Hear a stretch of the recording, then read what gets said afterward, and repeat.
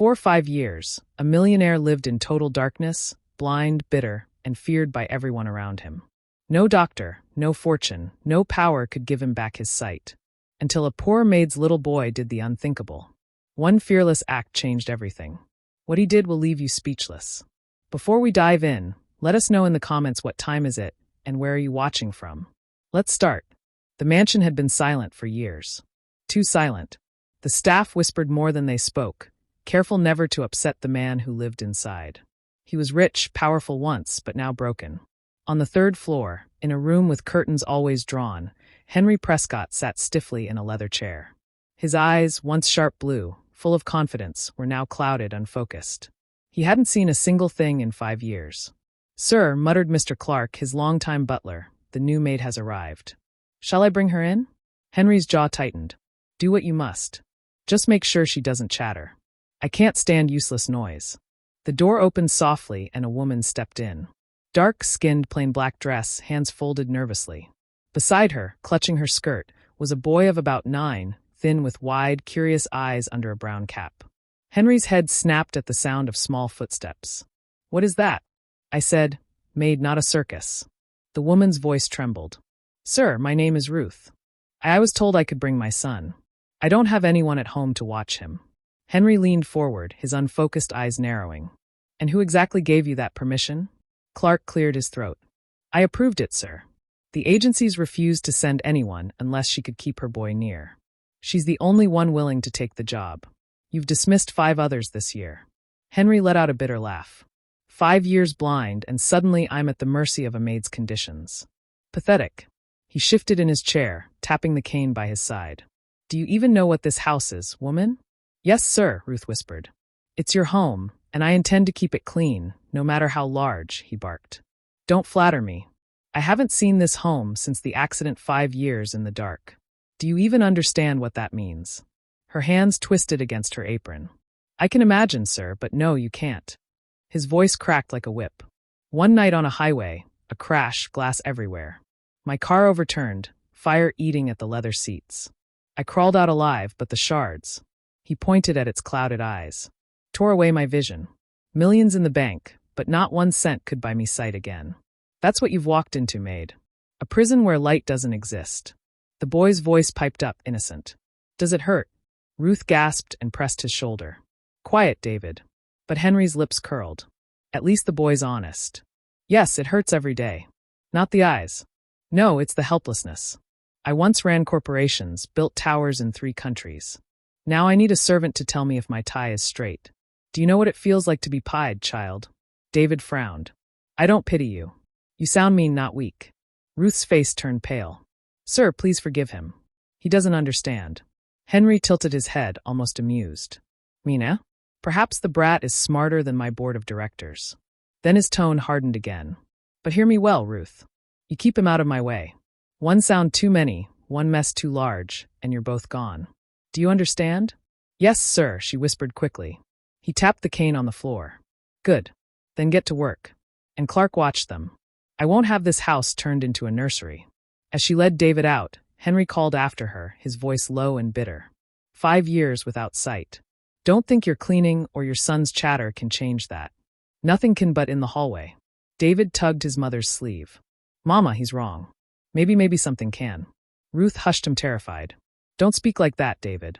You don't know what he's capable of." Still, the boy's eyes shone with curiosity, already imagining the unthinkable. The next morning, Ruth moved quietly through the mansion's long halls, dusting furniture that hadn't been touched in weeks. David trailed behind, whispering questions about everything he saw, the chandeliers, the paintings, the huge staircase. "Don't wander," she warned. "Mr. Prescott doesn't like surprises." But David was already peeking around corners, curiosity written on his face. Inside his study, Henry sat by the window, cane across his lap. He heard the faint patter of footsteps and scowled. "I told you, Clark, I don't want noise." "It's me, sir," Ruth said quickly, bowing her head. "I'm polishing the floors." "And the boy?" Henry asked sharply. Ruth froze. David stepped forward before she could answer. "I'm here, sir. Not making trouble." Henry turned his clouded eyes toward the sound. "You again. What did I say about keeping him out of my way?" Ruth's voice trembled. "Forgive me, sir. He won't. Henry cut her off. You should learn, Ruth. Obedience keeps you employed. Defiance gets you thrown out. The words hung heavy until David spoke up. Why are you always angry? Is it because you can't see? Ruth gasped. David. Henry gripped the cane so tightly his knuckles whitened. You think it's that simple, boy? You think blindness is just darkness? He leaned forward, voice low and biting. It is humiliation. Every step I take, someone has to guide me. Every meal, someone describes what's on the plate. I used to command boardrooms with a glance. Now I can't even sign a document without a hand holding mine steady. David's voice softened. But you're still alive. You still have people helping you. Maybe that's not weakness. Henry scoffed. What would a child know of weakness? You've never lost everything that mattered. Silence. Then almost shyly, David asked, Do you miss seeing the sky? For a moment, Henry didn't answer, his jaw clenched. Every day. Ruth tugged David's arm. Enough, please. She turned to Henry. Sir, he doesn't mean disrespect. He's just, but Henry surprised her. His voice, though still sharp, carried a trace of something else. Leave him. At least he dares to ask what others won't. That afternoon, Henry stepped outside, Clark guiding him with a firm hand. The sun was high, the garden quiet. Ruth was trimming roses. Nearby, her boy chasing butterflies in the grass. Careful, Clark murmured. The boy's running wild. Henry smirked faintly. At least someone is alive in this house. Suddenly, David appeared before him, clutching a small plastic water gun he'd found abandoned by the gardener's shed. He aimed it without hesitation. Bang! He shouted, squeezing the trigger. A cold splash hit Henry square in the face. The staff gasped. Ruth screamed, David, dropping the shears. Henry froze, droplets sliding down his cheeks. His cane nearly slipped from his hand. The silence was suffocating. Everyone expected fury, dismissal, maybe even violence. But Henry didn't speak. He raised a trembling hand to his face, wiping the water away, and then his breath caught. I saw something. His voice shook. Clark frowned. Sir, light, Henry whispered, tears mixing with the water. Not shapes, not color, but light. I haven't seen it in 5 years. Ruth clutched her chest, stunned. Is that possible? Henry reached forward blindly, grasping until his hand touched David's small shoulder. What did you do, boy? David grinned. Just played. I wanted you to laugh. Henry let out a strangled sound, half laugh, half sob. For the first time in years, the mansion echoed with something other than anger. Doctors were called the next day. Tests confirmed what Henry already felt. His eyes, long considered hopeless, still carried faint response. The shock of cold, the suddenness had triggered nerves thought dead. It will take time, the doctor said carefully. But with treatment, there's a chance he may recover more. Henry turned to Ruth and her boy, his voice breaking. Do you hear that? 4 or 5 years, I lived in darkness. And it was your son, your reckless, unbelievable son, who brought me back a glimpse of light.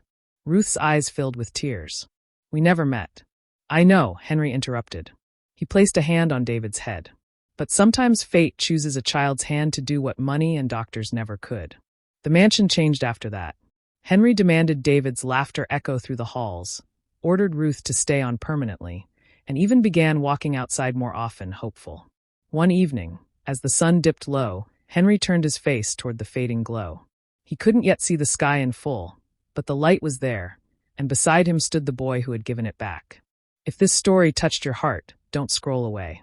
Hit like, share, and subscribe to support more powerful stories that inspire hope and courage. Tell us in the comments, what would you do if your child became the reason someone saw light again after years of darkness?